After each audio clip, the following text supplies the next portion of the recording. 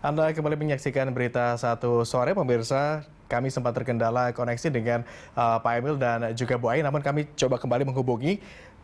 Kita coba kembali lagi hubungi untuk bergabung dan berdiskusi soal maraknya pengajuan dispensasi nikah muda. Pak Emil sudah terhubung dengan kami kembali. Baik. Selamat sore, Pak Emil.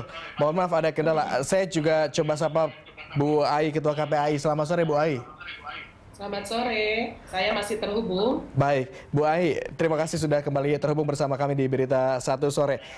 Butuh mental dan kesiapan untuk kemudian menikah seperti yang tadi sempat Anda sampaikan bahwa faktornya ada banyak begitu ya yang menyebabkan pengajuan dispensasi menikah muda ini. Salah satunya adalah finansial, kemudian juga ada pernikahan atau kehamilan yang tidak diinginkan begitu. Tetapi begitu ini pengajuan kemudian sudah dikabulkan begitu.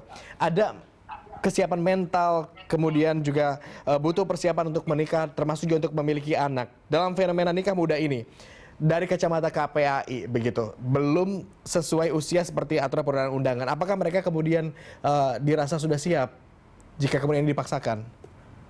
Ya, tentu karena kita bergerak di pencegahan sebetulnya ya, bagaimana sebisa mungkin kesadaran yang dibentuk di masyarakat, baik itu tingkat optimalisasi kapasitas anak bahwa ini tidak boleh terselenggara perkawinan, apalagi kehidupan berumah tangga dan kehamilan di usia anak dan juga di lingkungan orang tua, itu kan semangatnya untuk supaya tidak terjadi. Nah, bagaimana kalau sudah terjadi seperti yang hari ini ya, bahkan kita juga melihat upaya peningkatan usia perkawinan itu kan memang akan diikuti juga. Kita sudah memprediksi ada dispensasi sekian banyak karena situasi kita tidak bisa ditekan sampai 0%.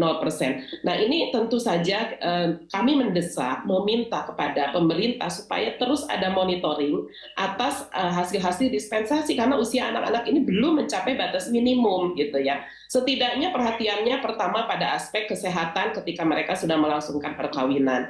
Kesehatan ini baik fisik maupun psikologis karena kehamilan pada anak-anak di usia yang menjadi dispensasi ini menyumbang pada tingginya angka kematian ibu serta angka kematian bayi yang selama ini kita semua sedang gotong royong mengeroyok supaya betul-betul bisa ditekan sedemikian rupa. Kemudian aspek psikologisnya yaitu dengan beragam konseling gitu ya, pendekatan-pendekatan psikologis, bimbingan psikologis.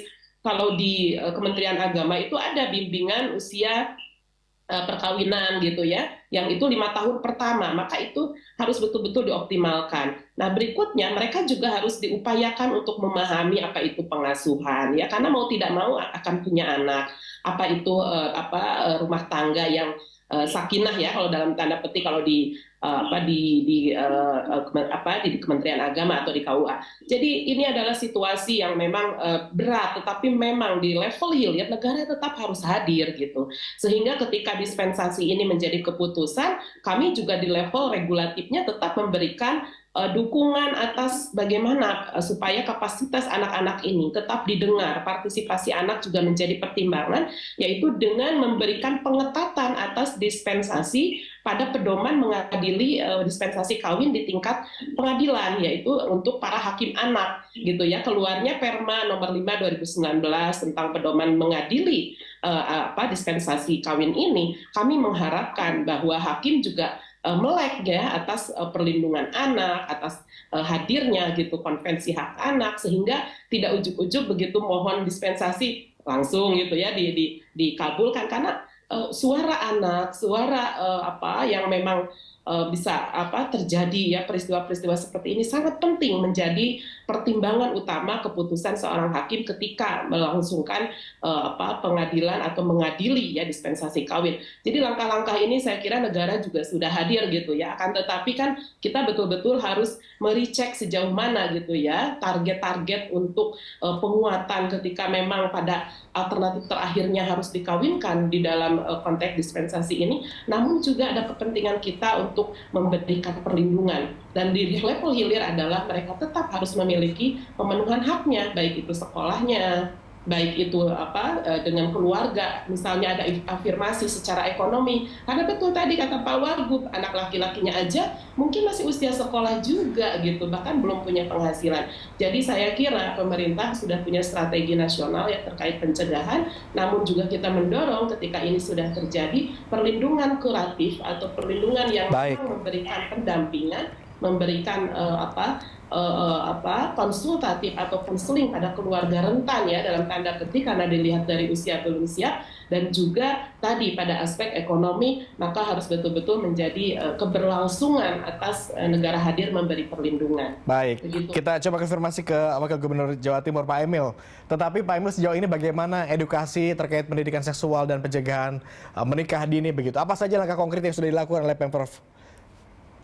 Ya, SMA dan SMK adalah jenjang yang dikelola langsung oleh Pemprov. Dan kita tahu bahwa usia yang rentan diantaranya juga di bawah 19 itu usia-usia SMA ya, dan SMK. Nah, memang di lingkungan Pemprov tentunya upaya di lingkungan sekolah dimaksimalkan. Nah, tetapi yang saya sebut missing link tadi adalah antara sekolah dengan parents ya, dengan orang tua. Itu yang tidak kalah penting. Ini sebabnya kita berharap bahwa ada satu level intervensi yang lebih tinggi. Saat ini kita lihat sebagaimana kami sampaikan angkanya tadi ada tren yang positif, jadi turun angkanya. Tetapi tentunya kita ingin lebih besar lagi penurunannya supaya lebih banyak lagi generasi muda yang bisa kita selamatkan masa depannya. Baik, terima kasih Pak Emil Dardak, Wakil Gubernur Jawa Timur, dan juga Bu Ai Mariati Soleh, Ketua KPAI, atas dialog dan kesediaan Anda untuk bergabung bersama kami di Berita Satu Sore hari ini.